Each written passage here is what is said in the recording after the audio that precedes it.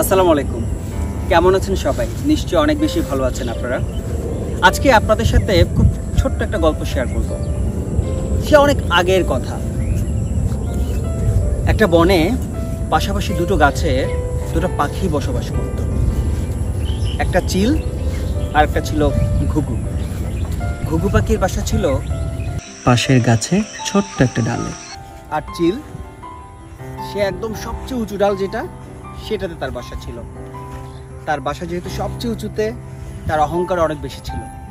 সে ঘুঘুকে সবসময় ছোট করে কথা বলতো, দেখ আমার বাসাটা কত বিশাল, কত সুন্দর, আমি এখান থেকে সব দেখতে পারি, আমার বাসাটা গাছের সবচেয়ে উঁচু ডালটায়। ঘুঘু মাঝে মধ্যে এটা নিয়ে খুব মন খারাপ করত। একদিন বৈশাখের কোনো এক বিকেলে হঠাৎ করে কালবৈশাখী ঝড় উঠল। ঘুঘু পাখি তাড়াতাড়ি তার বাসায় ঢুকে গেল। যতই সময় গড়াতে থাকলো, বাতাসের গতিবেগ তত বেশি বাড়তে থাকলো। রাত পেরিয়ে সকাল হলো। ঘুঘুর বাসার কিচ্ছু হয়নি। সে ভাবলো, আমার বন্ধু চিল কেমন আছে একটু দেখা দরকার। সে তাড়াতাড়ি চিলের বাসায় গেল।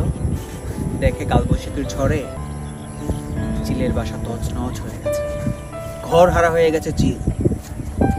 ঠিক ওই মুহূর্তটায় এতদিন যে কারণে ঘুঘু পাখির মন খারাপ ছিল, তার বাসাটা ছোট ছিল, গাছের নিচু একটা ডালে ছিল, এই নিয়ে তার মন খারাপ ছিল। ঠিক সেই কারণটা নিয়ে ঘুঘু পাখি উপরের দিকে তাকিয়ে উপর আল্লাহর কাছে শুকরিয়া আদায় করলো। বলল, হে আল্লাহ, আজকে আমার ঘর যদি উঁচু ডালে হতো ভেঙে যেত, তুমি যা করো আমার ভালোর জন্যই। ঠিক এভাবে বাস্তব জীবনেও আমরা অনেক মানুষকে দেখি যাদের অনেক অহংকার, একটা বিশাল বাড়ি, বিশাল গাড়ি, এসব নিয়ে খুব বড়াই করে। শুনেন ভাই, অহংকার শুধু একজনেরই মানায়, তিনি হচ্ছেন উপরওয়ালা।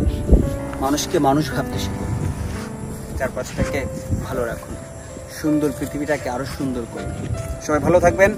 আসসালামু আলাইকুম।